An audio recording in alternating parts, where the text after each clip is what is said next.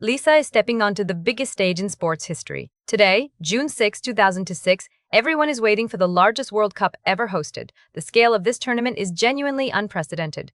World Cup opening ceremonies used to focus strictly on tradition and national pride. The shift moves towards sportsmanship, mixing professional athletics with global pop culture trends. FIFA uses artists like Lisa to reach Gen Z and millennial audiences on digital platforms.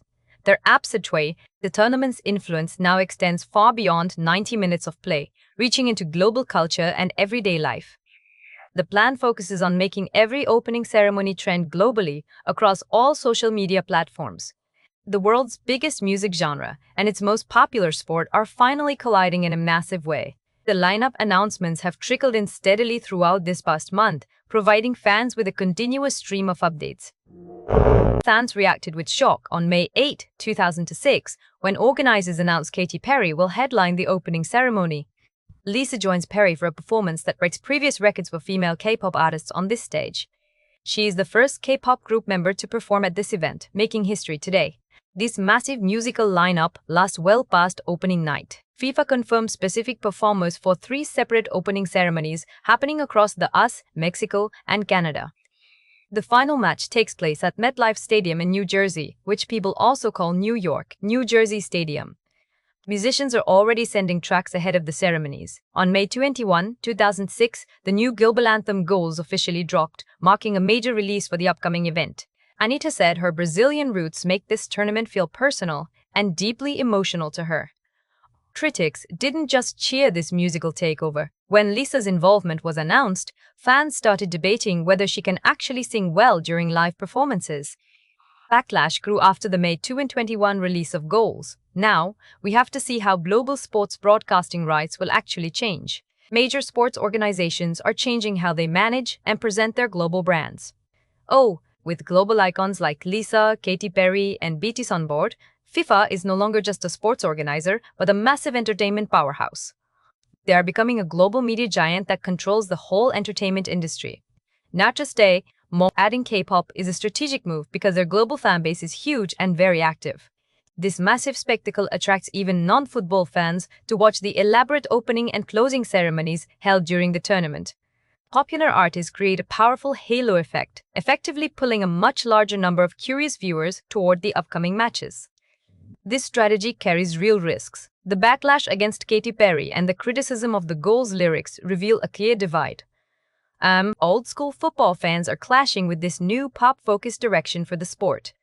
If musical acts feel corny or distracting, FIFA might lose the interest of their most loyal fans. If they succeed, they'll set the standard for every large sporting event throughout the next 10 years. The 2006 World Cup tests this new mega entertainment model. How it performs will dictate the actual structure for the 2030 and 2024 tournaments, setting the standard for future FIFA cycles. Music and sports are merging into a single, massive global phenomenon that we are seeing right now. K-pop idols connect directly with Gen Z. This demographic uses digital tools to organize massive online movements and campaigns. These viewers don't just watch, they drive viral trends. Their engagement turns one broadcast into a massive multi-platform event across every social network. K-pop fans use social media platforms to drive massive marketing campaigns. This organic reach hits more people than any traditional ad campaign ever could through sheer viral power. FIFA used to rely on unpredictable match drama to keep fans watching. Now, they focus more on the scripted precision of high-budget pop music performances. This shift follows how big stars now drive prestige in global TV networks, want viewers during the expensive opening ceremony window to maximize ad revenue. Lisa's involvement adds a polished, high-budget look. Her solo brand uses a visual style that matches current, high-gloss media production standards, ensuring every frame feels premium. This alignment works for a tournament held in 3 North American cities. It gives a single, high-energy identity to a geographically dispersed event. Relying on these massive pop icons puts heavy pressure on production crews. Technical execution needs to meet the specific standards of a global music tour. If the music and stadium tech desync, the brand suffers. The 2006 ceremony carries more pressure than any tournament we have seen before. Global audiences can finally watch together. This moment brings digital trends and live sports into the same real-time space for everyone, bridging the gap between social media and live broadcasts. Sponsors can reach two different groups at once. This allows brands to hit football fans and global pop listeners in a single campaign. This strategy works only if these two worlds blend well. The music needs to match the athletic prestige without taking over the entire show. If this integration works, it changes how we view sporting premieres. It won't just be a kickoff, it will become a global cultural event that everyone watches. Picking a solo artist from a big K-pop group uses their personal fame. This move targets fans who constantly interact with digital content and social media feeds. The technical needs for this show are massive. Engineers must sync lighting and sound across huge stadium structures. This strategic move towards sportainment shows how tournament organizers now view viewers. They aren't just selling a sport anymore, they are building a comprehensive, immersive lifestyle brand. Sean's K-pop choreography adds a specific layer of movement. This precision matches the intense pressure found in professional football. Merging these two industries pulls in tons of new viewers. This strategic integration brings a younger, digitally native crowd to the tournament, expanding its global reach.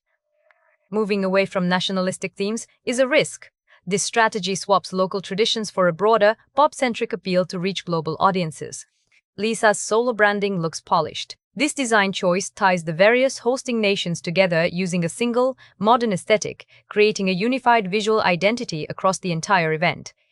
This strategy treats the opening ceremony like a global product launch. The goal is to build high energy from the very first second. Adding this massive musical force changes the broadcast's Q&A. It turns the event from a sports broadcast into a global entertainment phenomenon. People will likely share clips of the ceremony everywhere. Each dance move and costume change is built for social media.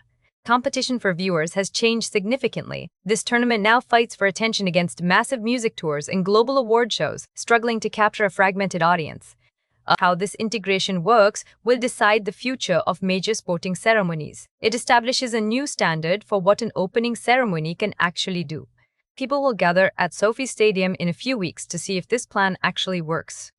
Now does Lisa's record-breaking run decide this tournament, or does the controversy ruin the game? Does adding K-pop to the World Cup actually work? I wonder if this marketing strategy helps the sport or just ruins the atmosphere. Drop a comment below with your thoughts on this topic. Subscribe to our channel to follow how global politics and culture collide in our upcoming videos.